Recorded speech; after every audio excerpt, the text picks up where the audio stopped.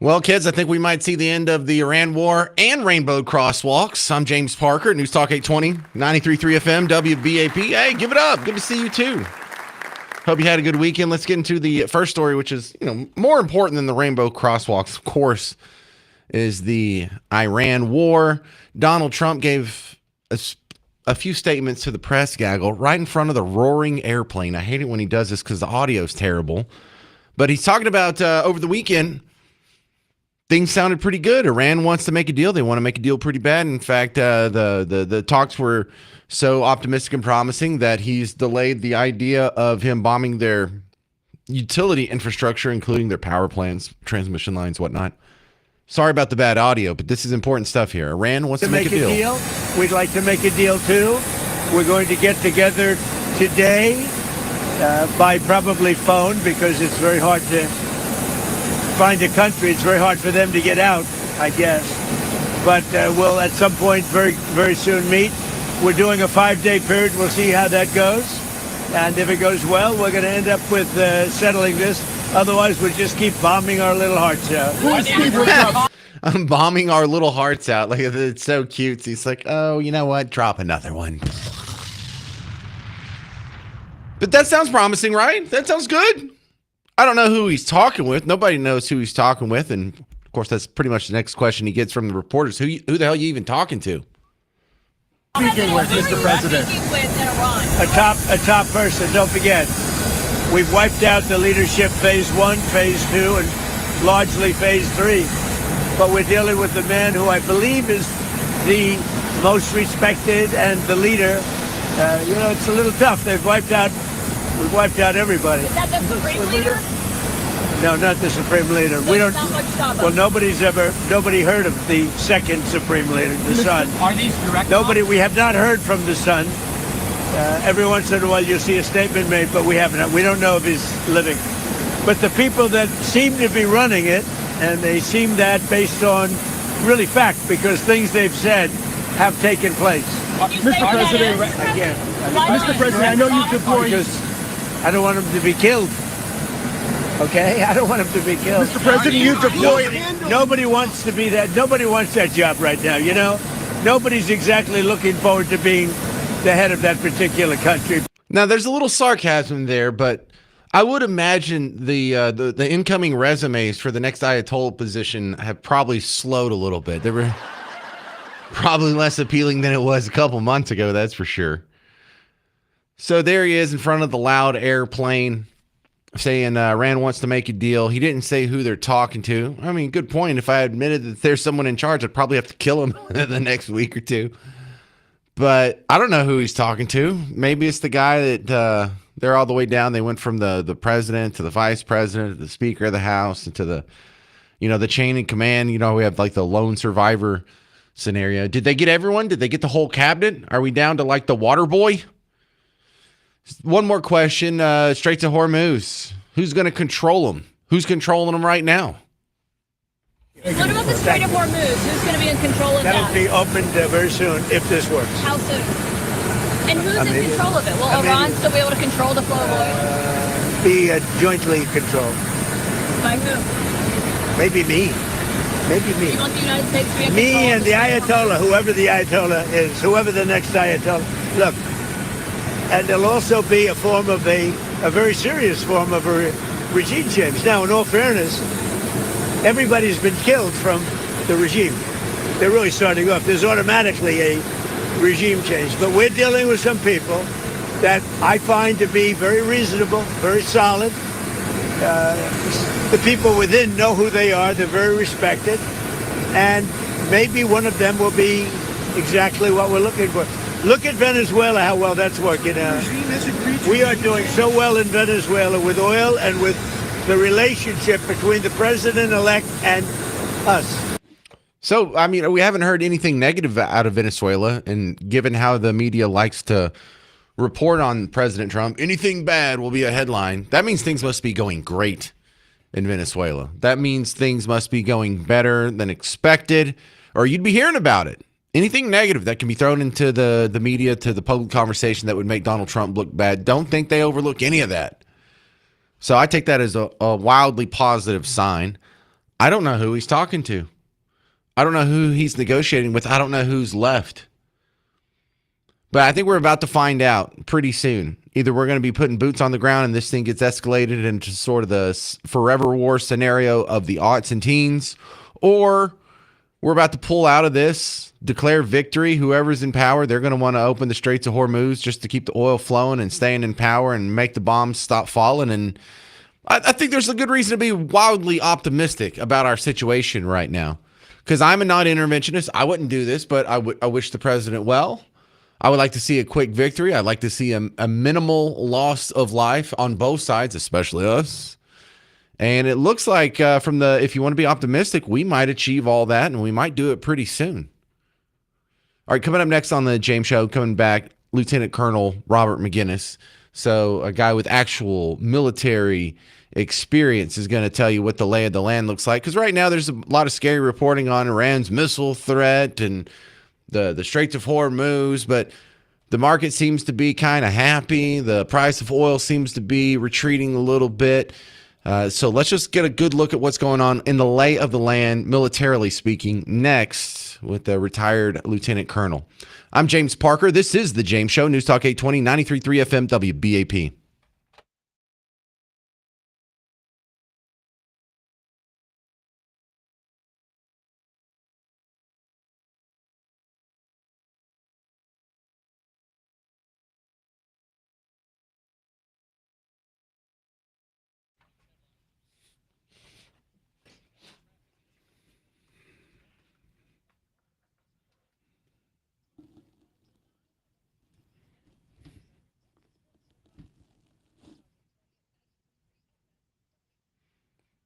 Hey, Texas homeowners, James Parker here for Rhino Shield. Now, I've heard some terrible stories about the people who have the wrong kind of bricks or the wrong type of mortar, and when they go to paint over them, it's the wrong type of paint, so then you create some sort of weird seal where it deteriorates the mortar, and it actually is bad for the bricks, and it's bad for the structure. And Rhino Shield doesn't do that. Rhino Shield is breathable. Number one, it doesn't make some awkward seal and start deteriorating your mortar and bricks. It actually expands when the house heats up, and it contracts when the house cools off. And so it's 8 to 10 times thicker than paint, but it won't cause the problems that sometimes paint can cause when you paint over bricks. Also, it'll save you on your energy costs because it's 8 to 10 times thicker than paint. It blocks 90% of UV sun rays, a 6.9 R factor. But also, it just looks great, too. It keeps the texture of whatever's under it. So if it is brick, stone, stucco, metal, hardy board, probably if it was made of the wool, it would probably stick to that. I don't know. I've never seen a wool house. I'm just running out of materials. But it all starts with you going to rhinoshieldDFW.com. Have them come out. They'll show you how the technology works, and they'll explain how they have to prep your house, which is super important as well. And then after you have all the information, then you decide, hey, Rhino Shield is better than paint. I think I'll go with that. Be sure to mention the James Show so you get 15% off. And if you ask real nice, they'll put it on a low monthly payment. They can't do that for paint.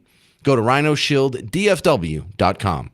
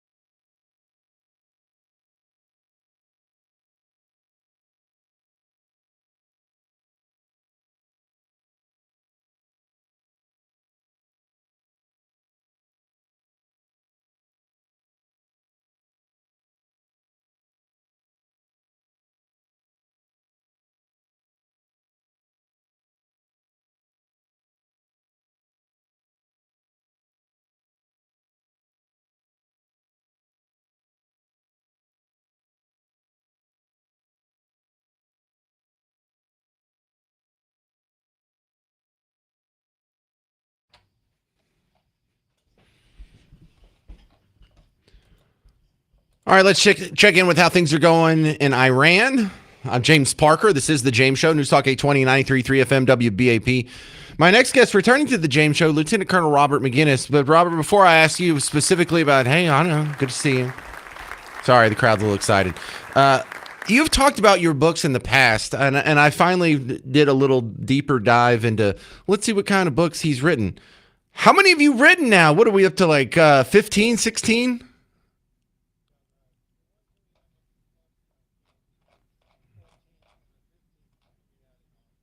Wow. All right. So this looks like something a lot of our people would be interested in, and they almost seem to be on a thread here. Can you explain your body of work?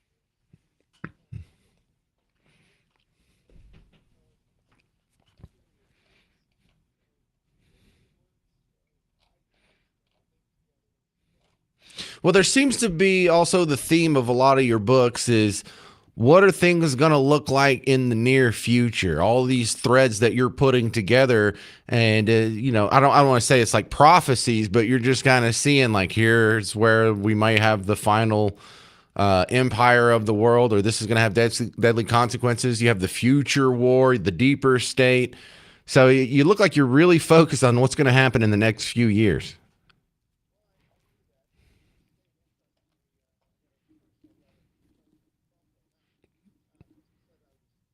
No way.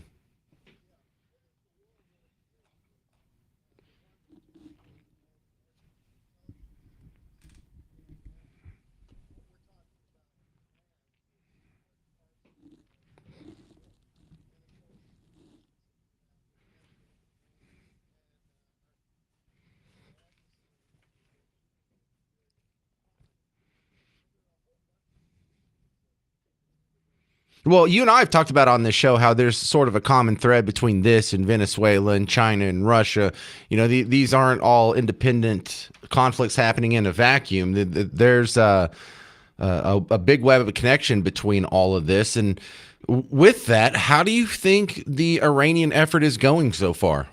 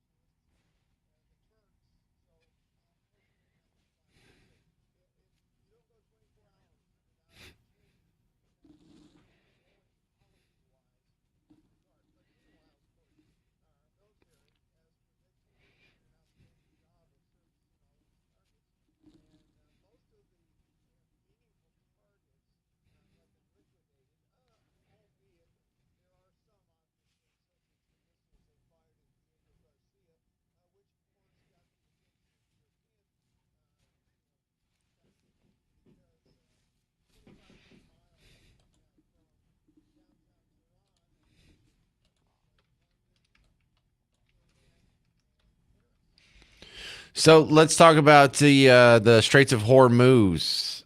Iran can't really keep those closed without hurting themselves, so they could just selectively let tankers through. What's the end game with that one?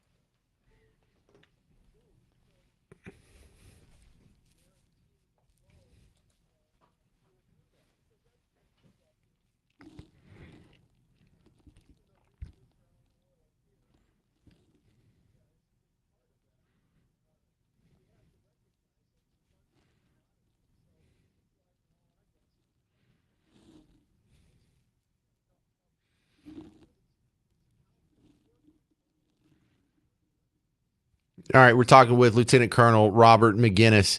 Now, your series of books focuses highly on, or part of it focuses on AI. We just had Elon Musk announce a new terafab chip plant in Texas. It's to the tune of 20 something $billion investment here.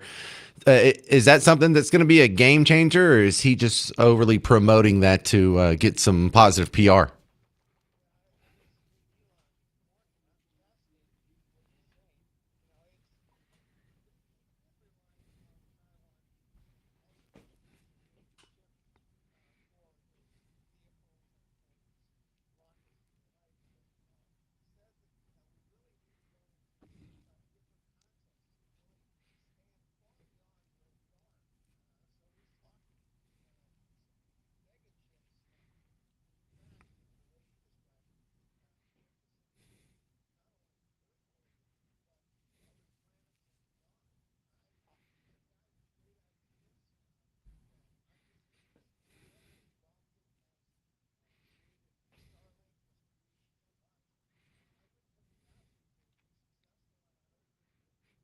Right. How nice would it be to have some of that chip manufacturing back here stateside instead of just all in the hands of Taiwan, which is, of course, living in the shadow of China? I'm not telling you anything, judging by your book titles. If we wanted to understand all this, is there a certain progression of books that you recommend with? Like, is there an episode one that you think we should start with?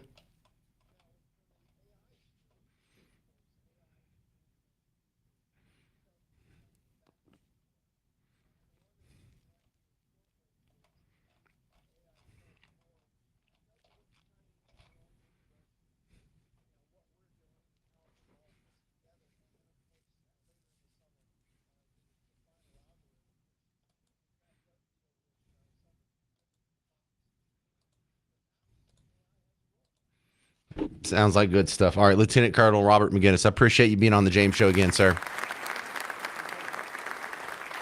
Yeah, these things are definitely all connected. 800 288 9227. 800 288 9227. We will continue with the latest on Iran next on The James Show. News Talk 820 93.3 FM, WBAP.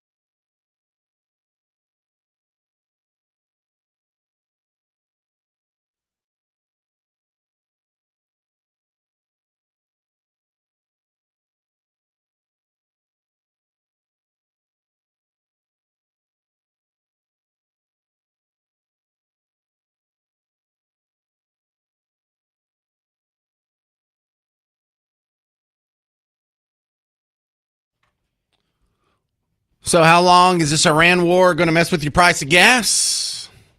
I'm James Parker. It's the James Show, News Talk 820, 93.3 FM, WBAP. Your energy secretary was on Fox Business this morning talking to Lauren Simonetti, who was asking him about the whole situation with gas prices and the Iran war and the Straits of Hormuz. Give me a couple minutes here, and this will get you all caught up on what it looks like from the point of view of your Secretary of Energy. Secretary Chris Wright joins us now. We enter week 4 of the war with Iran. The president says it could be over in 5 days. What happens to energy prices at that point?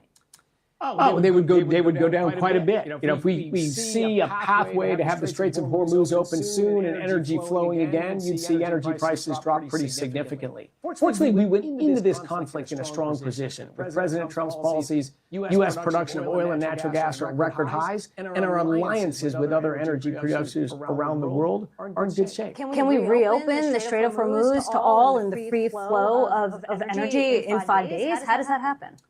That happens. That could happen if a peace agreement is reached. But the military effort has just gone swimmingly well. We've rapidly destroyed their navy, their air force, so much of their offensive capabilities, a lot of their leadership. And if Iran thinks enough is enough, and they're willing to make a deal to get the United States to get the ends we need, then there'll be a deal. Hopes for that deal really moved to the market, both equities today and the price of oil. Yet the Strait of Hormuz is still clogged. The nation is paying $3.95 a gallon to fill up today. Does $4 gasoline, the prospect of that, factor into your discussions with Iran? No magic thresholds there. Of course, this president got elected to drive down energy prices, which phenomenally he has done. He understands all the American consumers are suffering right now. We don't like to see that happen. We're doing everything we can to offset it. But this is a few weeks of turmoil, a few weeks of disruption to solve a multi-decadal and ultimately multi-generational problem. All right, so there he is, your Energy Secretary, Chris Wright. So it really just depends on what happens with these negotiations that are going on right now. Now, you're not going to hear the good news. You're not going to hear if there's a great, you'll hear about it, but it's not going to be harped upon. It's not going to be in the headlines. It won't be in the headlines like, Sydney Sweeney's very offensive Blue Jean ad. But look at Venezuela. Things are going good there because it's not being brought up anymore. It seems to be a market improvement. No complaining, no civil war, no people dying in the streets, no giant loss of life. So we could be facing that just in a couple weeks in Iran. We could be on the precipice of a forever war. I am still maintaining a healthy level of skepticism like I do about all foreign interventionism. But right now, there's no reason that you shouldn't be more positive than negative on this. Now, my next guest is going to bring up something a little closer to home. You've heard her before on the James Show. Her name is Kelly. Let me go ahead and give you a couple of clips where she's been on the show before, because her new expose is around the same subject here. Now, her profession, her day job, she's a realtor in the Frisco area in Collin County. You can tell by her picture, like her promotionals picture, she's got her arms crossed and she's doing that realtor lean where one shoulder's closer to the camera and she kind of leans into it. It's hilarious. Like, you can tell by her picture what she does for a living. But she's not wrong. She has seen enough chicanery that she's made her positions known at a few Frisco City Council meetings, and they've made their way on the James Show. This was her, I guess, about a week ago. I dove deeper and looked into some housing. Several homes are being bought. The owner is returning to India and renting out every room. Some of these homes are even listed as homesteaded on the CAD tax-wise, even though it's being used as a mini apartment building with the owner in India. And that makes sense, considering all the tech companies hiring H-1B employees that are being ran out of them. This advertisement says they will sell a home to an Indian family for $136,000 less than the advertised price. Registered LLCs are buying up properties in Collin County and only selling to Indians and Muslims. Now, hang on a second. That's illegal, isn't it? Now, she'll go into a little bit more detail coming up in the next segment. But this was a clip I played of her 2 months ago or a month ago. The rapid demographics change in Frisco is the result of steering the Indian community for tax benefits at the expense of locals losing jobs and massive culture change. I hold a Texas real estate license, and I was an assistant property manager for a company that owns apartment communities in Frisco and in their surrounding areas. In the apartments, a person from India will come in, fill out an application, and they will get approved. And then on move-in day, the qualifying person is nowhere to be found, but a friend will be picking up the keys, and the next thing you know, the original leaseholder is back in India and impossible to get a hold of. That means the person who actually moved in did not have to qualify like everybody else. That is a fair housing issue. Let one applicant who got denied find out, and that is a massive lawsuit waiting to happen. It's happening on such a large scale in Frisco and Plano that is impossible to police. Once an apartment gets in Indian hands, it's over. If they want to move out, they don't honestly let the management company know. They advertise it on various Indian Facebook groups and apps and make sure they do an apartment change to another person from India. No other race or nationality has a chance, and that's only accounting the people that are doing the changes through the office staff. I also see people who were evicted because their job was replaced by H-1B workers, and that can keep you from renting for 4 to 7 years, depending. Meanwhile, people from India are walking in, not even going through the proper channels to apply, while Texans are going homeless. Part of the application process is a background check to make sure you have no felonies and to make sure you are legally here. When they don't go through the proper channels to apply, we don't know who our neighbors are. There is also a lot of crime on top of the fair housing stuff. One apartment in particular had many complaints that people from India were rotating through it like it was a hotel room. Now, see, this is something where I have heard people call in and talk about this. I've heard people send me emails about this. They've sent me Facebook messages about this. They've sent me links to other people talking about this. But now we've actually got a realtor who's done some legwork and gone and seen it with her own eyes. And she's actually in that arena. That's her profession, being a realtor. You'll hear from her next. Her name is Kelly Smith, and she's going to go a little bit more into detail about the housing fraud and discrimination that's going on right under your nose in Frisco. I'm James Parker. This is The James Show, News Talk 870, 93.3 FM, WBAP.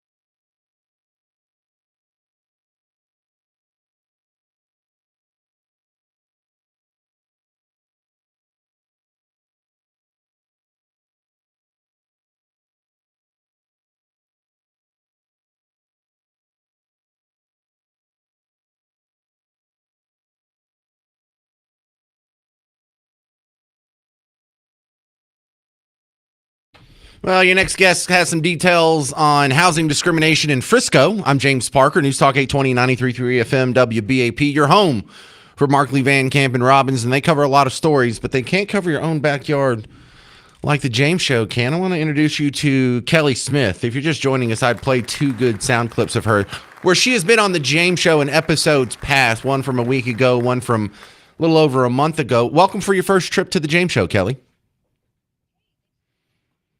All right. Now, I think you're an important guest to have on this topic because this comes up a lot on the James Show. The fact that 20 years ago, people of Indian origin made up 2% of Frisco's population. Now it's a third. And there's been a lot of negative consequences that I hear from these people a lot, Kelly. And I've heard the story that you have more details on a lot, how people were not able to buy a house, or there was a house that was listed, or there was an apartment that wasn't even listed. And so you've uncovered both of those, the apartment side and the housing side. Which one do you want to start with first? Apartments first. Okay, go. How are Indians cheating native Texans out of apartments?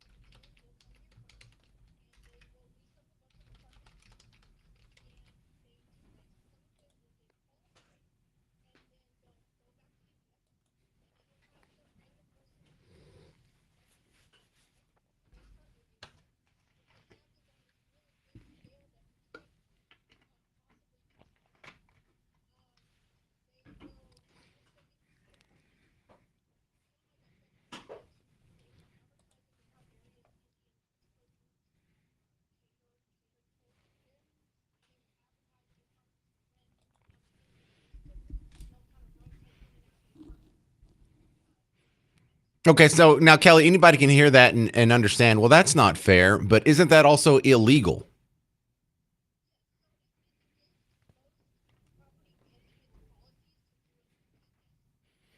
Is there any criminal charges? Are we just breaking the property management policies, or is there housing discrimination laws that actually kick in?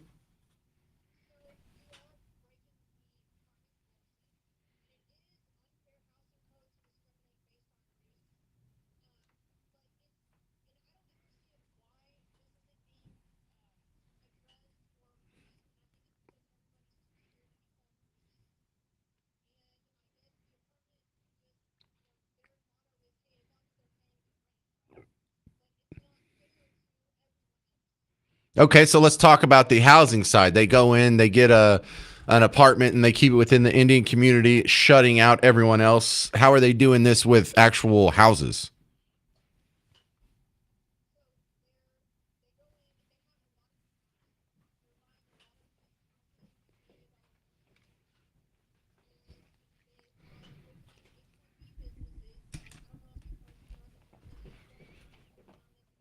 Yep.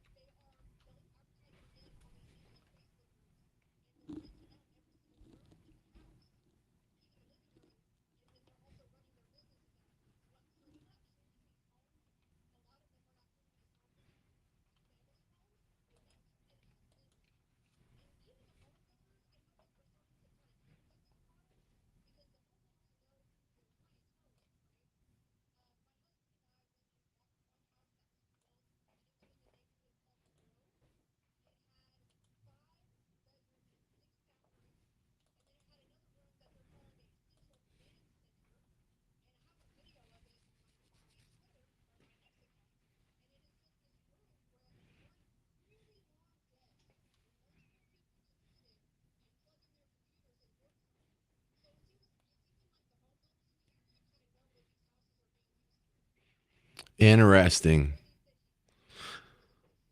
All right, Kelly, you're a local realtor. You've had some training in this. What can we do about it? Isn't there some agency you can report this to, and they'll go clean it right up?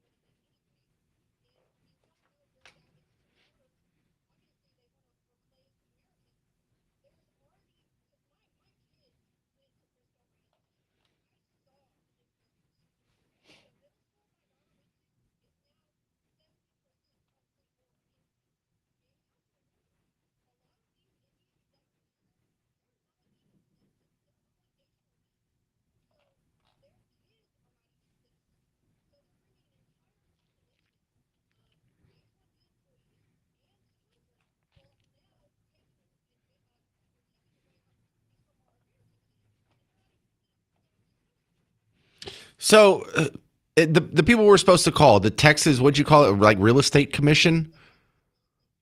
But that's not a police force.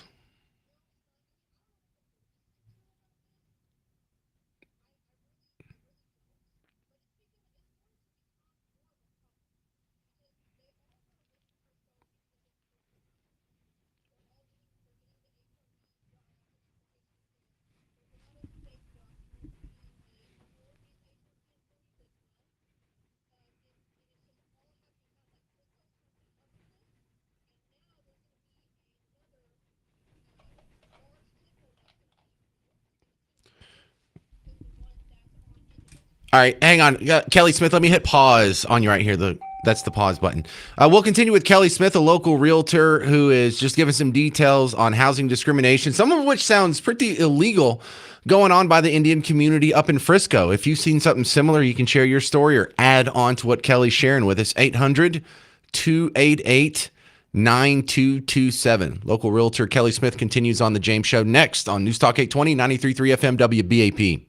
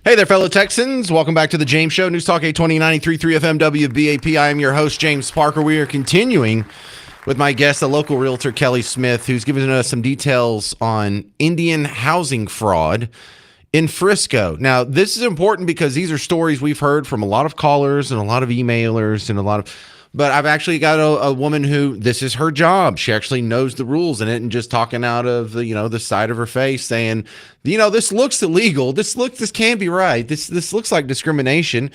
But first, you have confirmed this is discrimination and has some criminality to it. Now we're all left with, well, how do we get them to enforce the law? We don't have a good answer for that. But my next step I want to ask you, Kelly Smith, is talk about the effect that this has on not just the local residents of Frisco, but like myself and Miss Parker have talked about moving in closer so I don't have to drive in from Bug Tussle all the time. And Frisco used to be on the list of places that I'm not so sure it is anymore. What would you say to that, Kelly?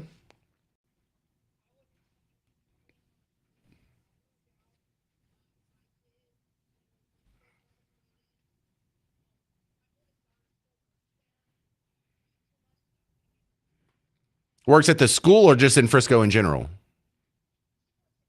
Okay. That's good. Close enough.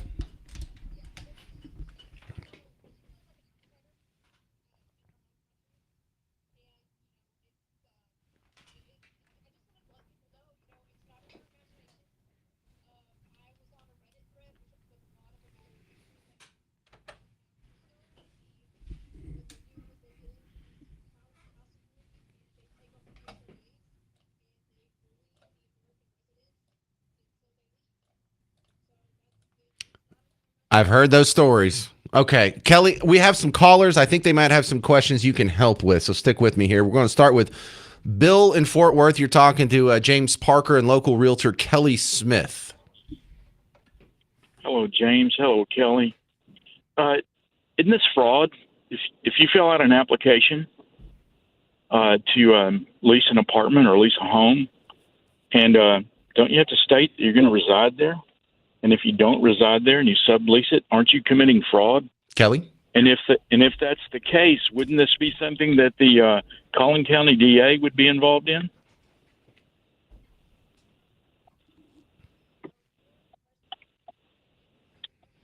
Did I lose you? She's there. She hears you. Okay.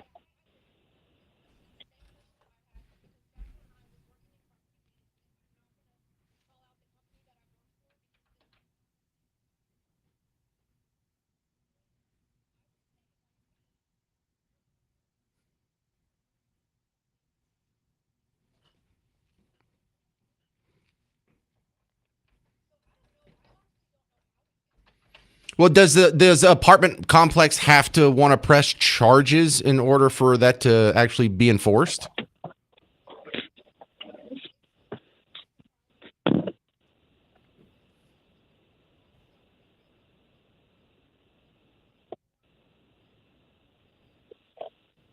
James, I lost her.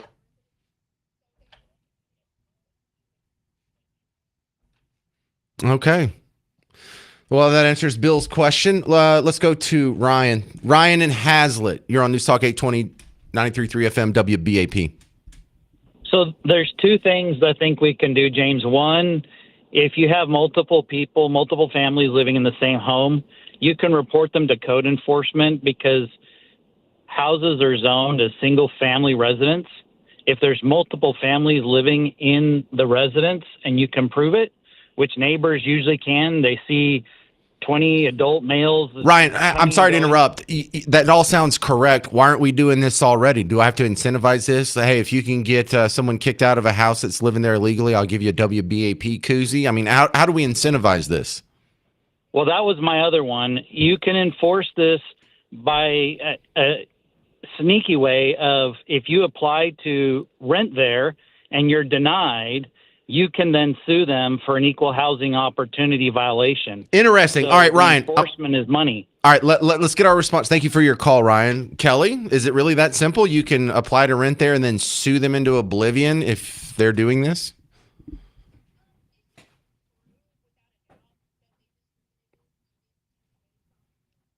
Okay, that sounds hard.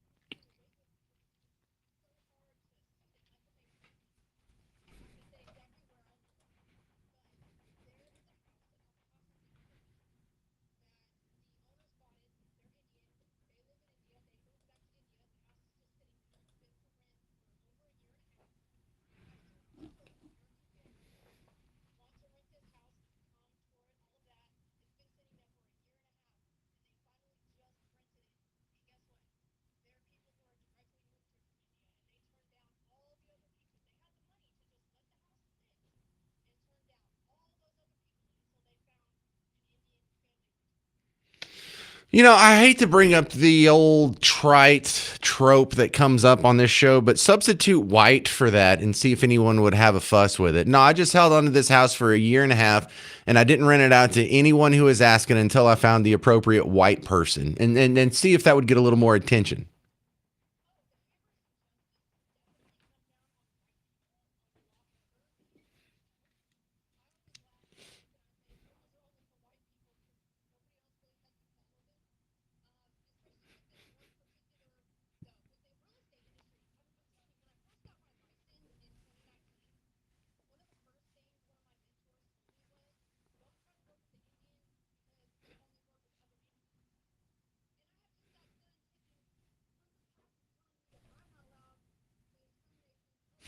Right?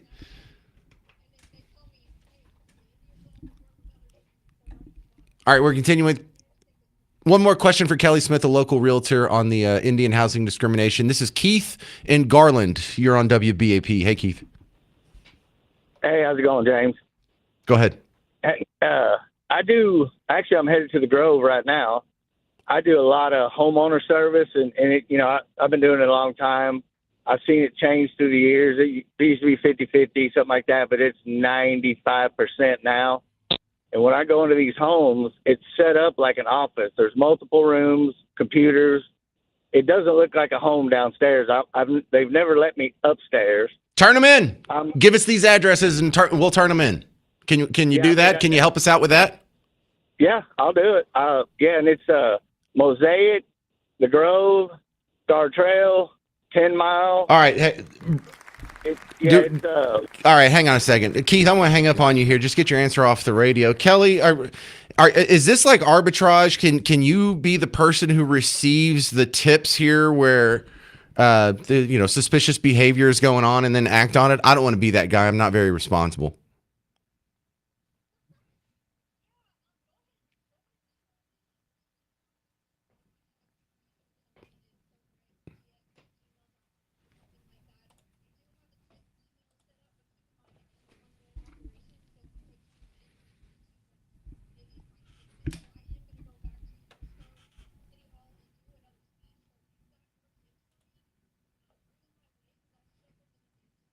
All right. Kelly is so right is her on X. Kelly is right. TX is her Twitter handle. Thank you very much for coming on the show and sharing some of this. All right. That's Kelly Smith. She has 2 grown kids and still showing her midriff in her profile picture. Round of applause for midriffs. Thank you, ladies, for staying in shape. Coming up next on The James Show, I almost had a stroke this morning when Texas Department of Transportation was giving you tips on how to stay safe in the bike lanes. I'm James Parker. It's News Talk 820 93.3 FM WBAP.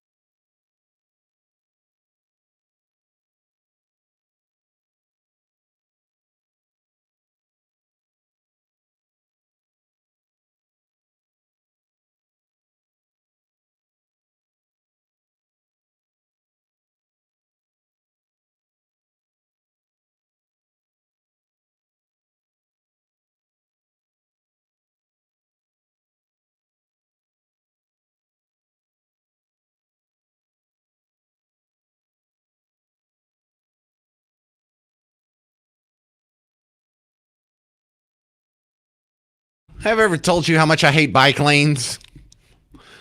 I'm James Parker. It's the James Show. News Talk 820, 93.3 FM WBAP. Your home for Markley, Van Camp, and Robbins. Check out stories that you won't hear anywhere else from 11 to 2 on WBAP. I hate bike lanes.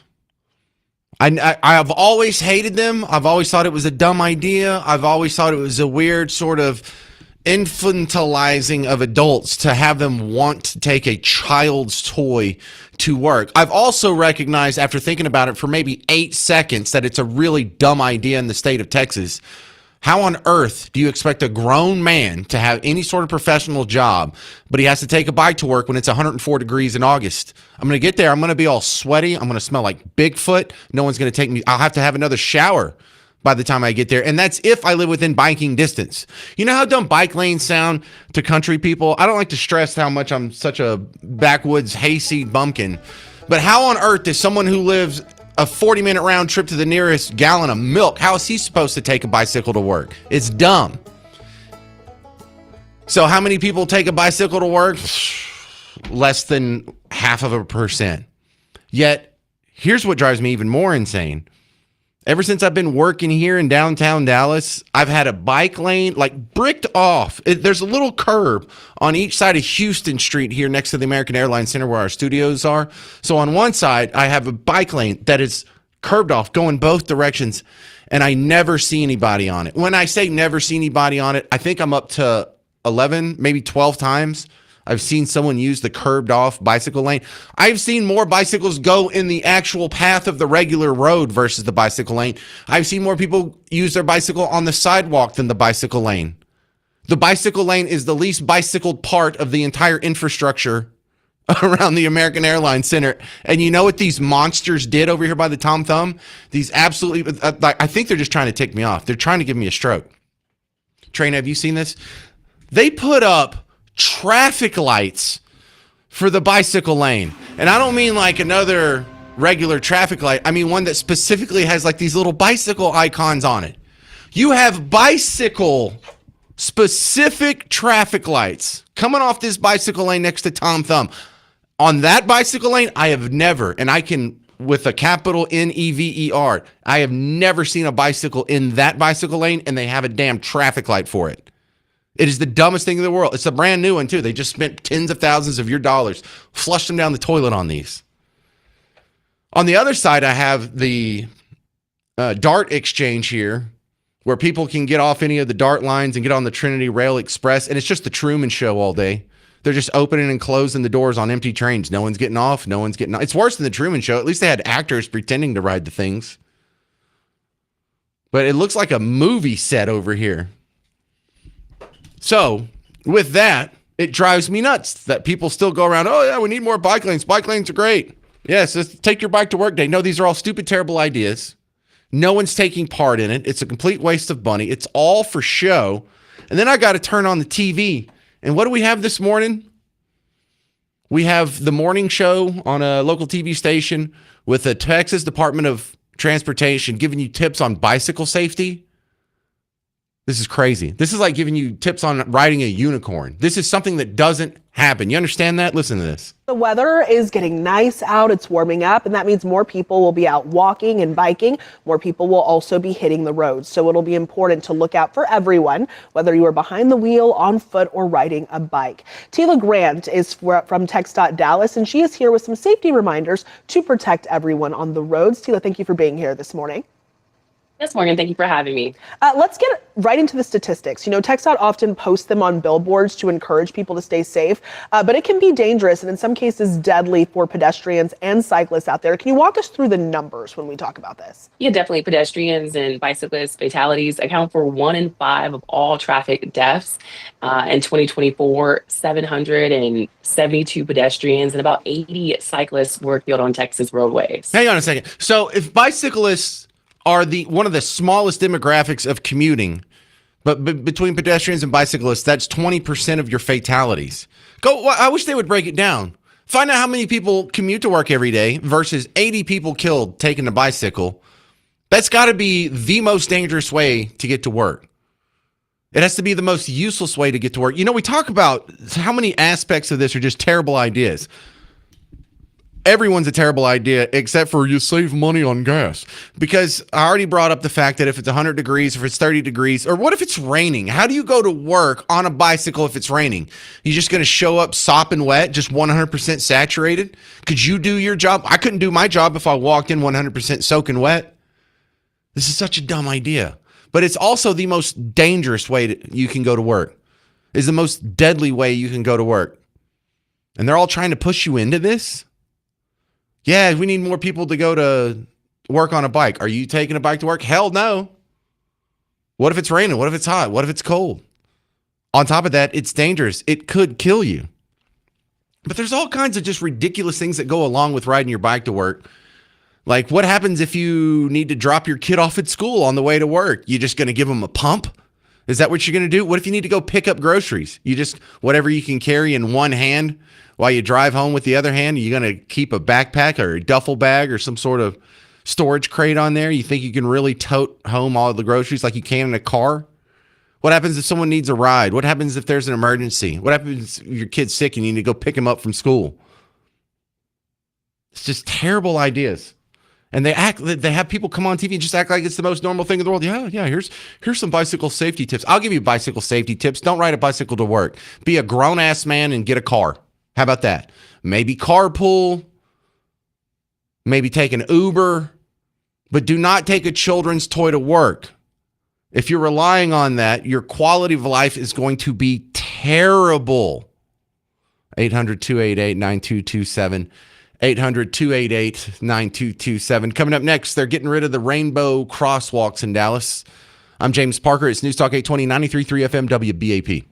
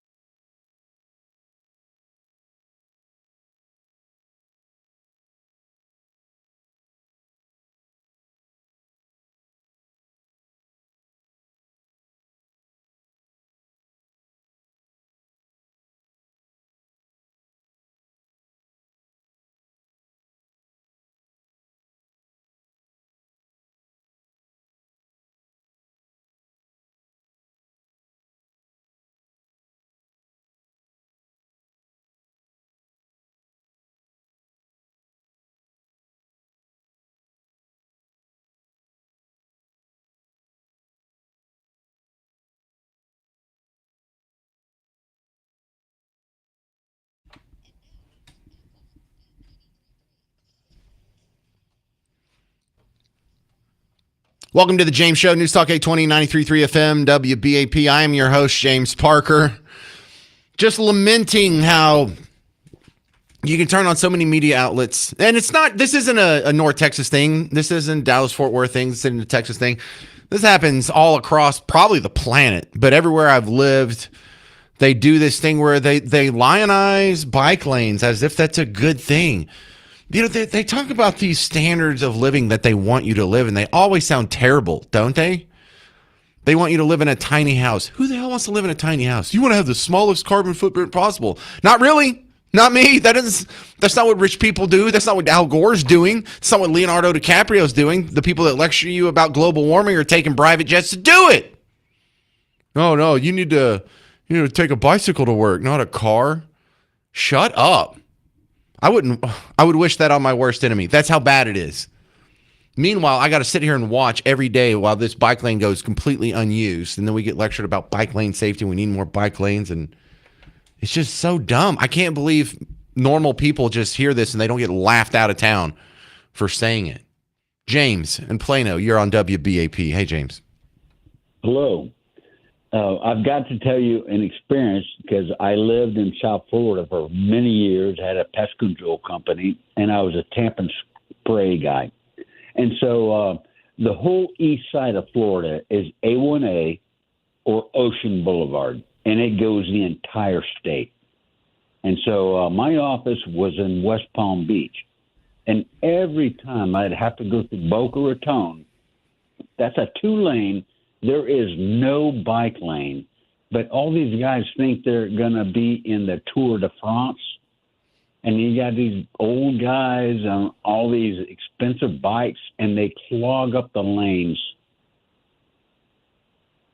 And I will just, when I get to the point, I'll tie them. I was in a 350, F350, dually 4-wheel drive diesel. Sweet. And I would dump the clutch and just floor it and fog them out with black fog.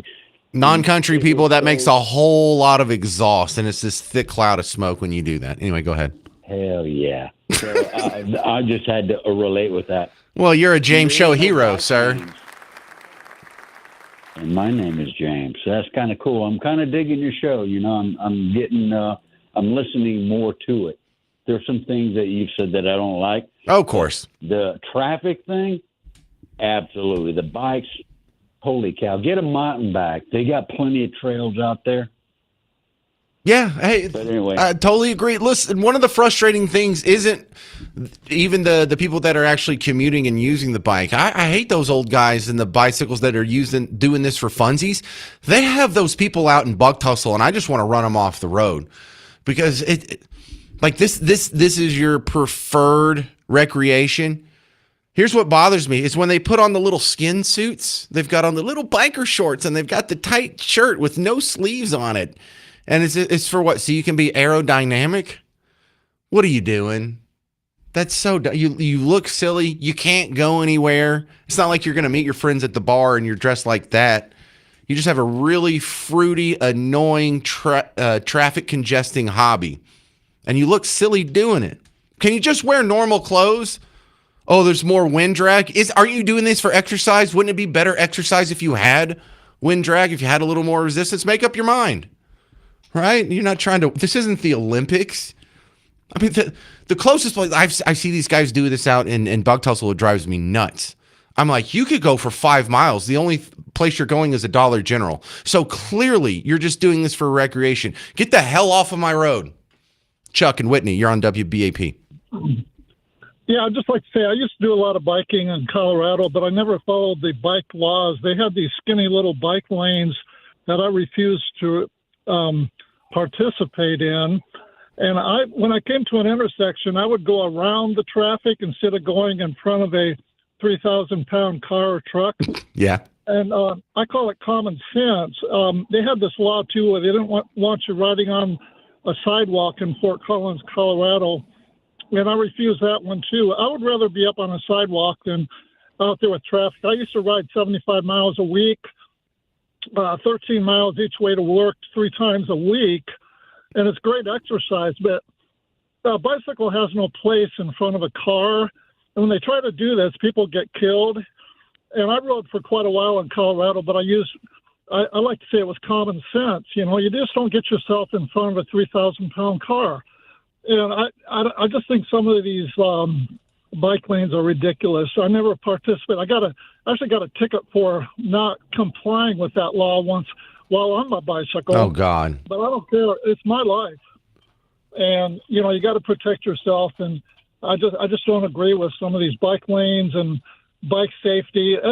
There's nothing about bike safety when you're next to a big car. Yeah, well, Chuck, I get into these arguments with people because I'll gripe about DART and I'll say, you know, this has been terrible for Dallas front to back, and people will say, well, it's been great for traffic congestion.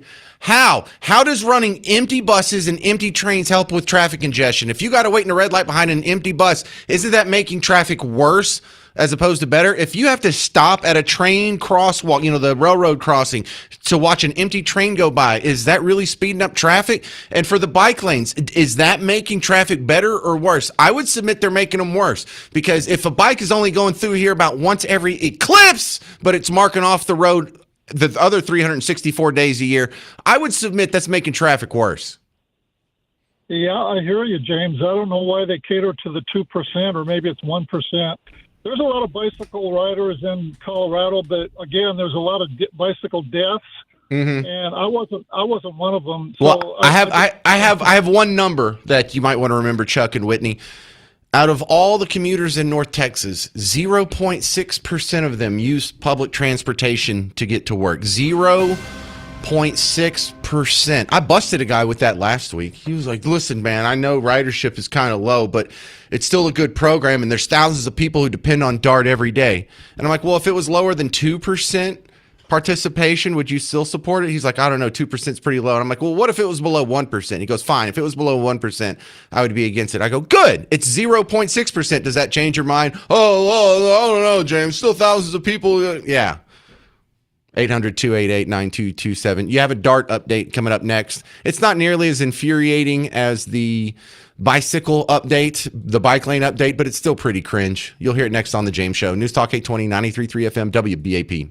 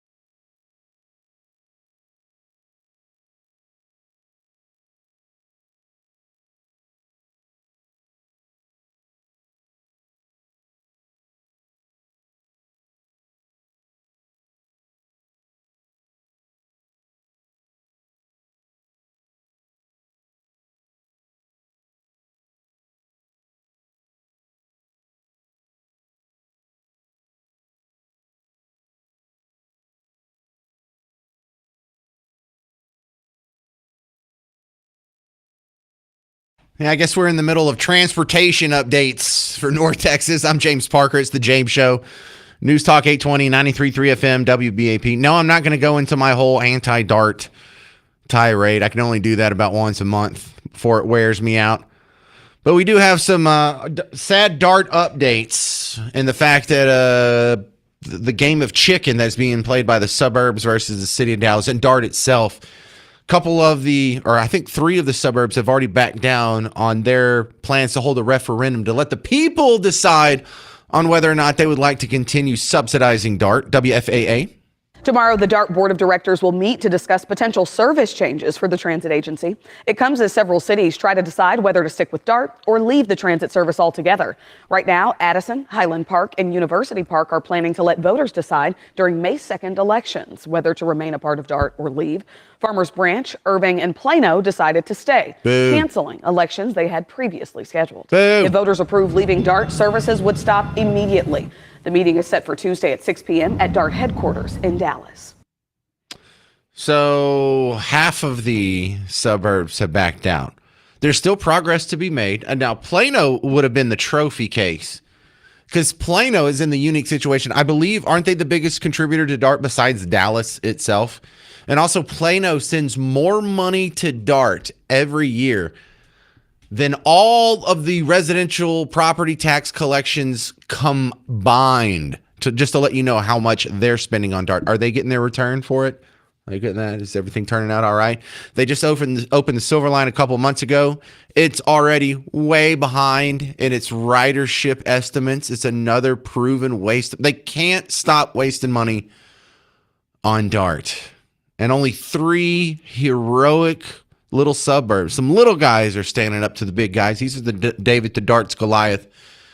We are pulling for you. University Park, Highland Park, and Addison. Hold the line and kick DART out. Save yourself millions and millions of dollars every year. The other transportation update, I mean, somewhat controversial, but doesn't really affect you that much. WFAA has the report on removing rainbow crosswalks. It was decided recently by the governor, and the deadline, I believe, is coming up next week.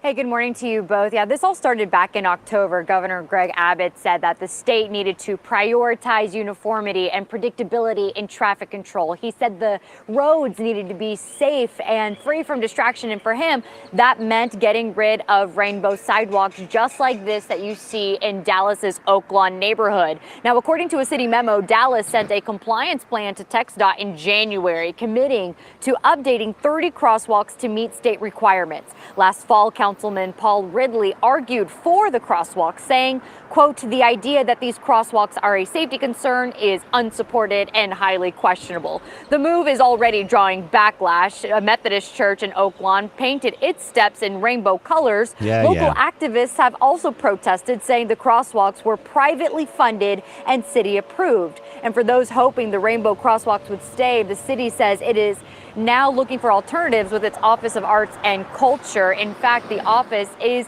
looking for public insight and hosting meetings starting in April. The first one is on April 6th. I'll send it back to you. Yeah, it's the thing that bothers me and probably most people about this is a public road, and you're not supposed to use it to, propagandize for your political ideology. That's clearly a misuse of taxpayer dollars.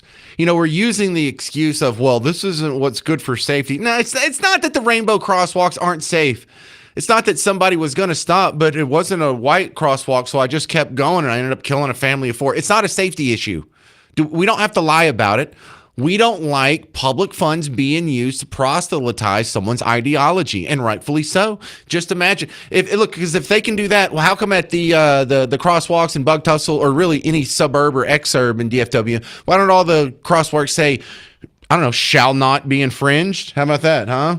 Or here we go. Why don't we put the 10 Commandments on the sidewalk? Oh my gosh, crosswalk with the 10 Commandments, separation of church and state, and It's been a brilliant move, the whole separation of church and state, because when your ideology, Marxism or leftism or socialism or wokeism is your religion, now you have a bludgeon to use against your political opponents that can't be used against you. So yeah, removing rainbow crosswalks in the street. It's not going to change anybody's life one whit, pro or con. We're not erasing anybody's existence. We're not discriminating. It's not an act of hate. It's just plain as plain can be. You're not supposed to use the public roads for your political purposes. That's all. All right, coming to town. TLC and Salt and Peppa with In Vogue. No, it's not 1996. They are on tour again. It's Iconic Tour is what it's called. It's coming to the Pavilion at Toyota Music Factory on October 5th. For information and tickets, go to livenation.com. But oh my God, if you just want to have a 90s flashback, go see TLC, Salt and Peppa with In Vogue. Dude, those were if this was like the year 2000, that would be the concert of the year. You realize I think I had all three of those CDs at some point in high school. I know. You know, the one with waterfalls on it. All right, still coming up on the James Show. We have Operation Mario Kart busting a huge theft ring, and none of it actually was go-karts. I'm James Parker. It's News Talk 820, 93.3 FM, WBAP.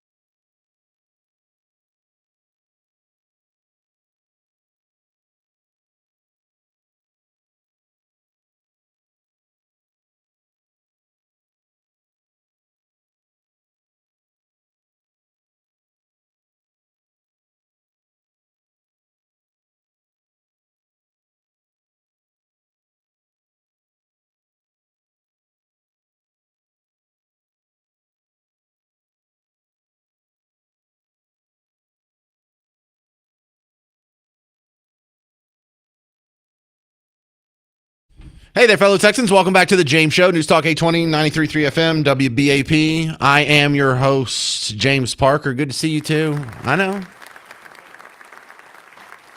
Operation Mario Kart happened here in North Texas. What's Operation Mario Kart? I didn't even know we had the Rainbow Road. No, we're just digging that up by April 1st. Haha. WFAA has the real report here. Talk about Operation Mario Kart, a North Texas theft ring bust that started with stolen video game electronics and accessories. Back in December, investigators uncovered a small theft of some games, but they kept digging and uncovered a bigger operation. A search warrant in Irving revealed more than $100,000 worth of stolen games and other property from stores like Walmart, Target, and Kroger, plus $42,000 in cash. Nintendo helped with the investigation along with retail loss prevention teams. One person was arrested. I do have some audio from the arrest. Hang on. Welcome to Mario Kart. Oh, no, that was from my games last night. Haha. So, Operation Mario Kart. Did you know that these games are that expensive? One of the problems... You probably haven't played video games in a long time. When we were kids and we had video games, whether you had the Atari or you had the Nintendo, it was a big cartridge, right? Even Super Nintendo had a big cartridge. Nintendo 64 had a cartridge. Well, at some point, they got down to little discs, and now it's these tiny little SD cards, or you can really actually swipe thousands and thousands and thousands of dollars worth of product, and it all fits in your left pocket. That's the dangerous part about the video game, the thieving world as far as video games are concerned. So Operation Mario Kart. Now, can I go ahead and sort of fold this back in to what we were talking about earlier? If we got time to go track down the Operation Mario Kart, if we got time to go track down the dude that is stealing video games, Kirby's Great Adventure, Donkey Kong Country 18, or whatever we're up to. Don't we have time to go get the people that are doing housing discrimination in Frisco? Don't we have time to the Indians that are running afoul of housing contracts and apartment contracts in Plano and Frisco? We don't have time to go enforce those laws? I mean, this is $42,000 in cash was found on them, over $100,000 worth of merchandise. I'm sure just one house would warrant greater, as far as cost, dollar amount, crime than this. So we've got time to go track down these guys. But not the Indian housing fraud? No, none of that? That's interesting. I find that to be, when we talk about selective enforcement and priorities here, this is the micro version of the macro discussion that is being had right now in D.C. There are a lot of people saying, well, we've got to reopen this government. We can't sit here and have long lines at airports. So we talk about our priorities all the time. Oh, we can't cut USAID. There's going to be children that starve on the other side of the planet. We just need to realize that so many of this that you suspect is fishy, trust your instinct. It is fishy. It is fishy that we have the resources to go after the Mario Kart bandits, but not the thousands and thousands of homes and apartments that are being held fraudulently by immigrants who shouldn't even be here, who are abusing the H-1B system. Isn't that weird? It is weird. You shouldn't doubt yourself. You should act accordingly. And speaking of, we have the shutdown going. Let's look at how it's being responded to. Hakeem Jeffries. Number one, he talks about ICE at airports and how that's a bad thing. Now, ICE at airports is something that has always been. ICE has always been in and out of airports. It may not be as much as it is now, but it's nothing new. But what we've seen is the federal government shifting resources because some ICE agents are getting their paychecks delayed. They're now calling in. 5 to 10% of them are calling in sick every day. So some ICE personnel has been scooted over to help with airports. You would think Hakeem Jeffries would be in favor of this because the more ICE agents that are at airports scanning people's luggage or whatever, the fewer ICE agents that are out deporting potential Democrat voters. But here he is. He doesn't like it. No ICE at airports. Got it. Well, good morning. Great to be with you. There are three things that have been true since Donald Trump and Republicans came back into power last January. life is more expensive, life is more chaotic, and life is more extreme. The last thing that the American people need are for untrained ICE agents to be deployed at airports all across the country, potentially to brutalize or in some instances kill them. We've already seen how ICE conducts itself. These are untrained individuals when it comes to doing the current job that they have for the most part, let alone deploying them in close exposure and highly sensitive situations at airports across the country. Has ICE killed one person at an airport in the history of ICE? Of course, the answer is 0. No, they haven't. So why is he saying they're even out there to kill them in some instances? Dude, what can ICE do that you won't gripe about them? Because ICE being at airports, like I said, they take them off the streets. They're not going after immigrants. They're doing the job that TSA is supposed to do. No, we still don't want that one doing. Oh, really? They're untrained. They don't get any training. We just hire people. We give them a gun and a windbreaker and say, have at it. Go get some brown people. I mean, the fantasy they have is just ludicrous. Here's another one. Hakeem Jeffries. Trump should just shut his mouth. But on Truth Social this morning, he said, now with the death of Iran, the greatest enemy America has is the radical left, highly incompetent Democratic Party. Your response? Donald Trump should keep his reckless mouth shut before he gets somebody killed. And that's been a common thread on social media. Donald Trump said now that Iran's flipped, our biggest threat is Democrats, radical left Democrats. Not all Democrats, not the Bill Maher's and Mark Cubans of the world. Maybe just the people who think we should have open borders and men can have babies is what he's talking about. But yes, Donald Trump should shut his mouth. Really? Because I remember being called domestic terrorist on a regular basis. I remember being told I'm the biggest threat to the nation. I'm the biggest threat to women. I'm scarier than a bear. But now all of a sudden we can't say that his political opponents are a threat to the nation. Just shut his mouth. You don't have a better argument than that. You don't have anything that's a little more persuasive than that. Donald Trump needs to shut his mouth. Oh, you got us so good. I guess we'll stop now. But yeah, the shutdown continues for the most light and transient of reasons. Number one of the sticking points that Hakeem Jeffries is pushing is he doesn't want ICE at polling locations. Why would you worry about immigration laws being enforced at polling locations unless you're concerned that people who are running afoul of immigration laws are going to be at polling locations where they shouldn't be in the first place? But yeah, Donald Trump needs to just shut his mouth. Oh, great argument. You really won. Coming up next on The James Show, Colonel Grant Newsham. We have another military vet that's going to give his take on the situation in Iran because a lot of people are saying this could be over pretty soon. Find out next on The James Show, News Talk 820, 93.3 FM, WBAP.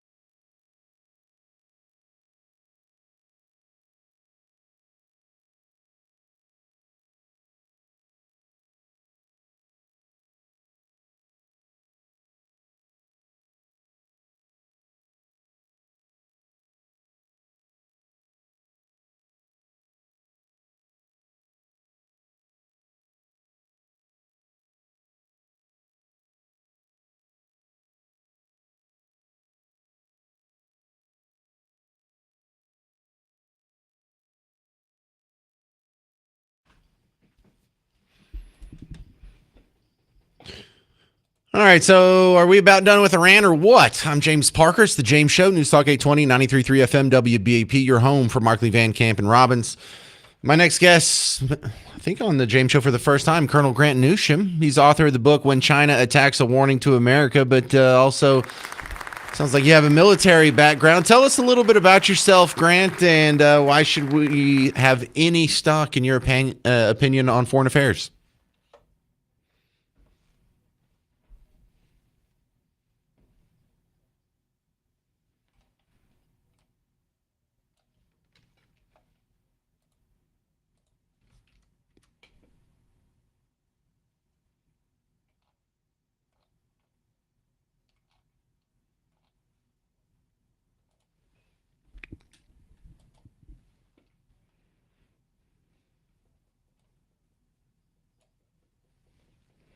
Well, your book of note is When China Attacks, A Warning to America, and I'm sure you're on board with the general context of what all's going on. Seems to be aimed at China.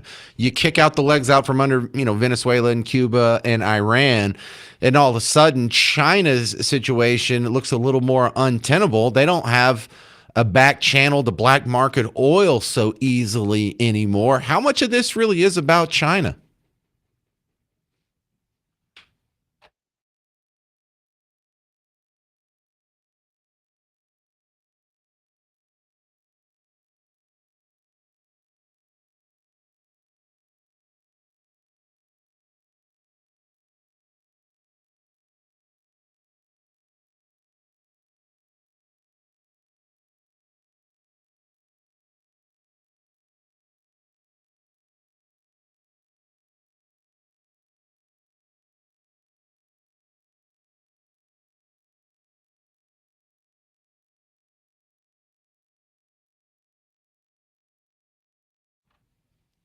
So how does Cuba play into this? They don't really have resources. Venezuela and Iran are drowning in oil. Cuba cranks out what? Sugar cane? Why do we care about them so much?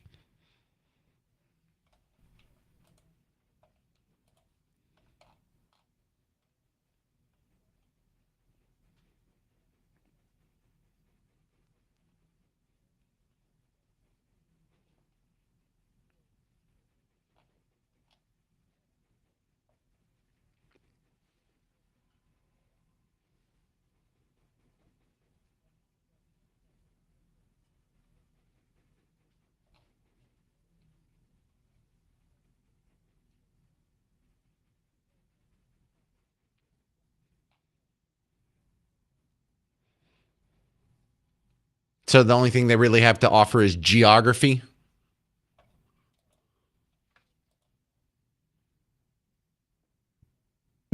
Right.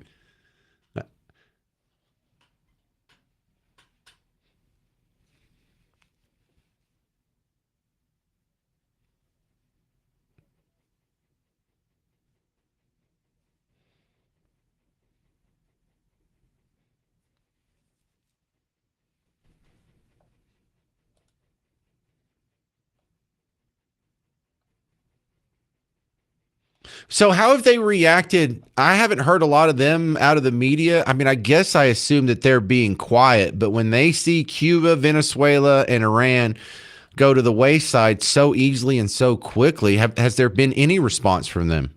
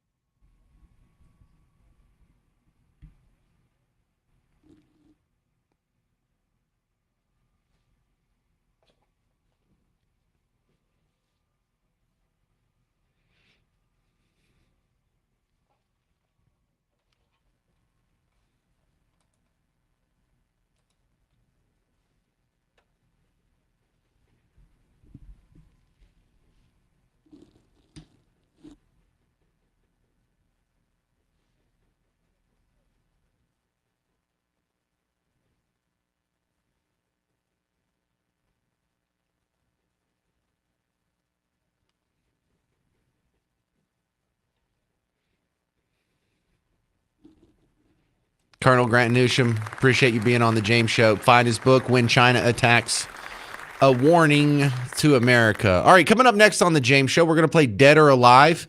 And today we're playing for 2 tickets to the Satch Vai Band, which is exactly what it sounds like. Joe Satriani and Steve Vai have crammed their last names together to make one word. Well, they're also coming to the Music Hall at Fair Park on April 17th. Get tickets and information at livenation.com. If you want to win a pair of tickets from us, go ahead and call in right now. 800-288-9227.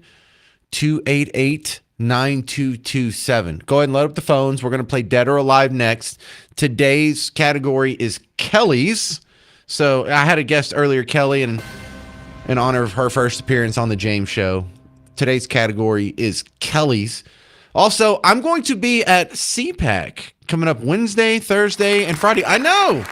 No, I'm not flying out to some awesome destination. CPAC, the Conservative Political Action Conference, the biggest meeting of the conservative movement every year, is happening in Grapevine this year. So I'm going to be doing a live show Wednesday, Thursday, Friday. They'll be out there, and they'll be out there too on Saturday, but I don't have a show on Saturday, so I'm not going to do a live broadcast there. But if you're already going to be out there, come on by the table and say hi. Or if you were looking for something to do, or you're a big fan of CPAC and you just found out, oh my goodness, it's going to be in your own backyard, well, go check them out. You can just look them up online, CPAC something, I'm sure. All right, coming up next, Dead or Alive for Satch Vai tickets on The James Show. News Talk 820, 93.3 FM, WBAP.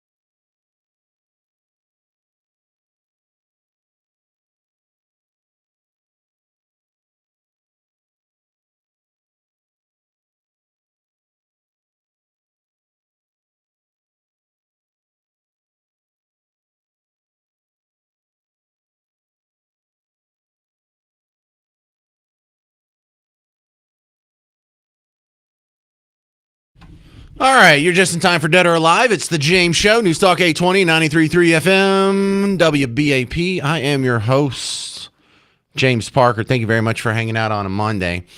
So Dead or Alive is the easier of the two James shows. James Show game shows. This is where I'm going to tell you 10 celebrities. You have to tell me if they're dead or alive. That's really it. Ready? Thank you, Mr. Jovi. So at stake on today's exciting episode of Dead or Alive, 2 tickets to see the Satch Vi Band. Rock fans, you'd be happy to know Joe Satriani and Steve Vai are coming to a music hall at Fair Park on April 17th. For the rest of us, you can get tickets and information at livenation.com, but some lucky listener is going to get tickets right now. I'm going to give you a list of 10 people. Their name has Kelly in it.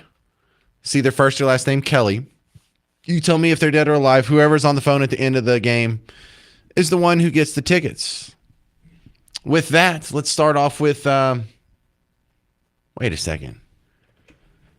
Brent in Lake Weatherford, your name sounds familiar. Have you won one of our contests in the last 90 days? Yeah, it was a long time before that, rodeo tickets. And then when I got there, they wouldn't even honor them. They said, well, we're all sold out of those. No way. Yeah. How long ago was that? Was that more than 90 days ago? Well, that's when the rodeo was. Well, that was only like a month and a half ago. All right, I'm sorry, Brent. I'm going to have to skip you, bud. Jack, also in Weatherford. You ready? Hello. Yes, I am. Now, have you won anything in the last 90 days? No, sir. Okay. Let's go through Dead or Alive, the Kelly edition.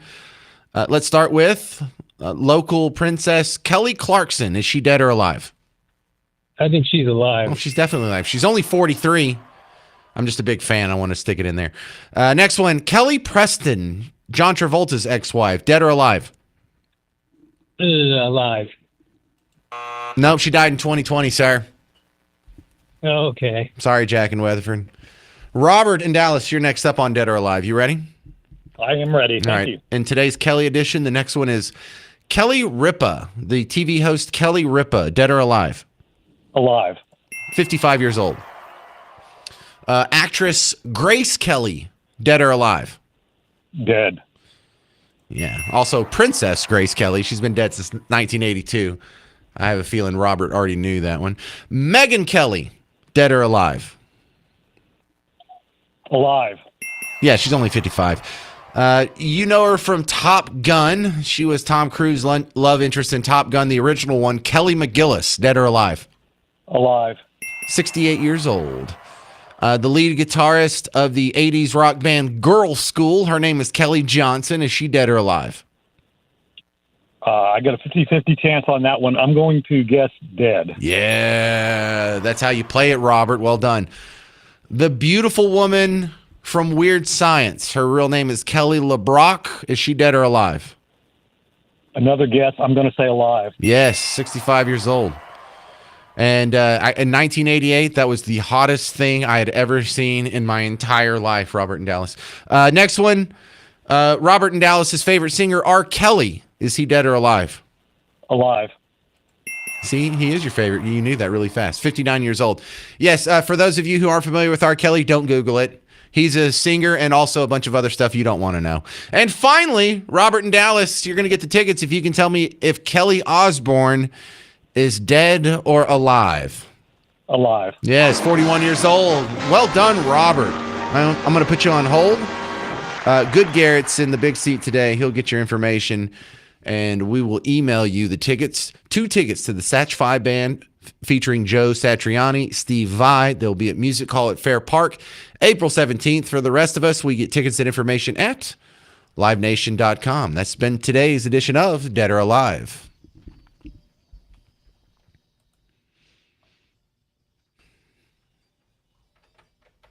Thank you very much, Robert in Dallas and all of my other contestants.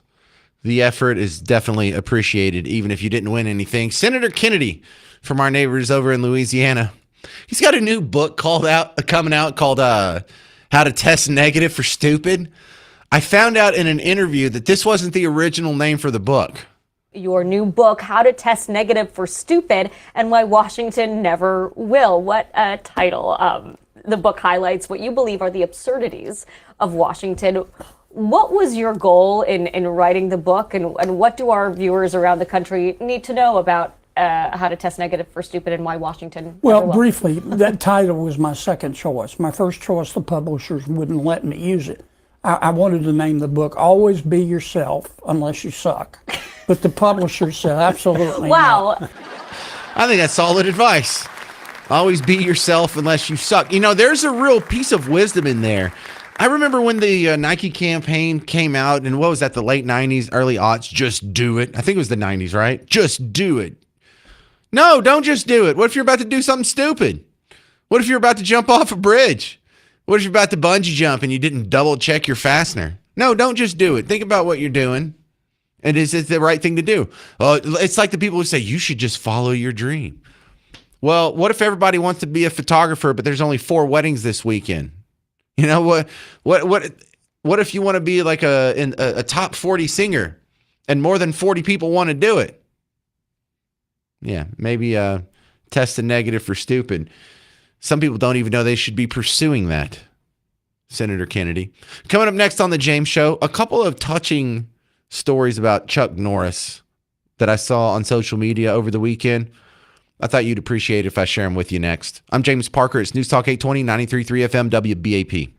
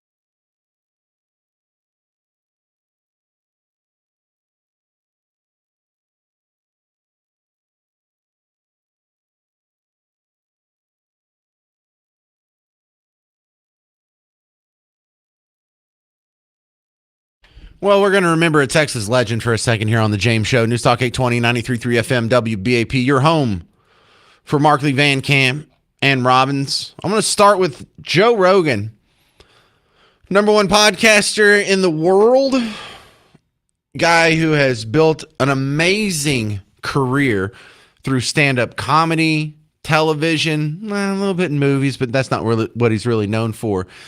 And then evolving through all that, through hosting Fear Factor, through being on news radio, through being an MMA fighter, through being the voice of the UFC, to now being the number one podcaster on the planet.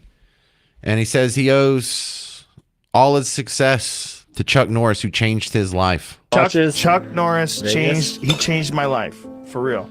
If it wasn't for Chuck Norris movies, who knows? I might not have ever gotten into martial arts. That gentleman right there will always have my respect. Him and Bruce Lee are the reason why I got into martial arts. 100%. Watching Chuck Norris movies when I was a kid, one of my proudest moments of my life was in Chuck Norris doing who I was. I ran into him at a kickboxing event in New Jersey, like way back in the day, and he gave me this big hug. It was one of his events that he had. He had a World Combat League. He gave me a big hug. I was like, holy Chuck Norris knows who I am. Damn right you did. I couldn't have been happier. No wonder you're unbreakable, you little sucker. I was beaming. Now, that's a bold statement, that to be beaming and whatnot, because I've met a lot of celebrities, and being just some hick from the middle of nowhere, it was so amazing the first time you get to meet a celebrity, because you think, wow, I never expected to meet a celebrity. If you're from New York City, or if you're from Los Angeles, or even if you're from a big town like Dallas or Houston, every once in a while you just kind of see celebrities every once in a while, or at least you know they live around the corner. You know Chuck Norris lives around the corner from you. You know Post Malone lives around the corner from you. You know Owen Wilson lives somewhere around here. But out in the middle of nowhere, there's no chance of seeing a celebrity. So at the beginning, it's very cool. After about the third or fourth celebrity you meet, it gets to be the most mundane thing in the world, unless you're actually like an active fan of them. So it's really hard for someone in a position like Joe Rogan, or even me, with the few celebrities I've met, to get excited about meeting these guys. I mean, because after a while, it gets kind of annoying. You know, these people are beating down your door and they want to come on your show, but they don't want to help your show. They just want to promote their stuff. And so also, if you're in Joe Rogan's spot, even more so than being a talk radio host in Dallas, you have been annoyed by celebrities probably more than it's paid off for you. So for him to say that about Chuck Norris, it must have been something really special for him. In fact, I know it was something really special for him. But you think about that, and just that sentence he says where I might not even gotten into martial arts if not for Chuck Norris and Bruce Lee. That's amazing. What does the world look like if Joe Rogan isn't interested in martial arts? Does he still have the number one podcast in the country that's not really martial arts related, but his path was definitely influenced? You know, him being a martial artist, him staying in shape, and then him doing the UFC thing. Kept his name out there. Maybe he would, maybe he wouldn't be. But don't we all have someone like that? Like for me, I don't know how interested I would be in being a talk show host if not for Rush Limbaugh and Howard Stern. You know, there's other talk show hosts that they were an influence, no doubt, but not like that. There are a lot of people who, your career, if you're a musician, there has to be some album you heard, some song you heard. It might even be a guitar lick you heard where it just put the fish hook in your brain, never to let go again. And so I think one of the takeaways you should have from this is notice how this is a generational vibe. Like what Joe Rogan just said about Chuck Norris, this is what some people are going to say about Joe Rogan in 10 to 20 years or whenever he passes away. I wouldn't even be a podcaster if not for Joe Rogan. I bet you have somebody like that. You know, I know about half of you work jobs you hate. You know, you just went and got a job at the local factory to make ends meet, or you just got a job, you know, working at the post office because it's got good benefits. But for those of you who are something you want to be, for those of you, even like if you're a teacher, who made you want to be a teacher? There's some alpha out there. There's some, you know, what's called like a Aristotle archetype, or no, Platonic archetype Sorry, wrong philosopher.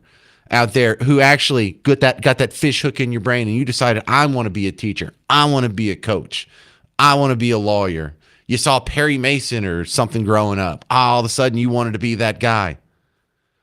So that's really high praise. That's about as high praise as someone can get. Me being exposed to your work changed my life. And it's not the garbage man saying that. It's Joe Rogan. So if Chuck Norris is hearing that, or if his family is hearing that, that should make your heart swell. Also, I like this whole clip of Chuck Norris sitting down, reading a bunch of Chuck Norris jokes. I think this was on ESPN. But when you get to sit down, and after you've had a long, successful career in martial arts and in movies and in television, to get this new life, your brand is so seeped into the American consciousness that you're the default setting for Superman jokes is basically what this is. And then to come back and read it all and just celebrate it yourself. How cool is this? When Chuck Norris does push-ups, he doesn't push himself up. He pushes the earth down. There are no steroids in baseball, only players Chuck Norris has breathed on. That's not fair. I don't know. Believe me, these ought to be screenplay writers here.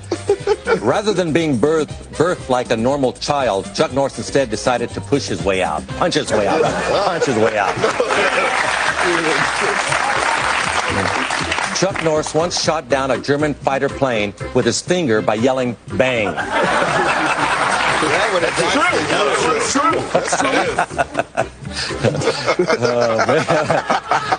Chuck Norris doesn't churn butter. He roundhouse kicks the cows, and the butter comes straight out. Get my butter. When Chuck Norris sends in his taxes, he sends blank forms and includes only a picture of himself, crouched and ready to attack. Chuck Norris has never had to pay taxes ever. Is that true? That's not true. That is not true. That's a total fraud. I love it, Chuck Norris. In fine print on the last page of the Guinness Book of World Records, it notes that all world records are held by Chuck Norris. And those listed in the book are simply the closest anyone else has ever gotten. Yeah, that's true. Now, this is one of my favorites here. When the boogeyman goes to sleep every night, he checks his closet for Chuck Norris.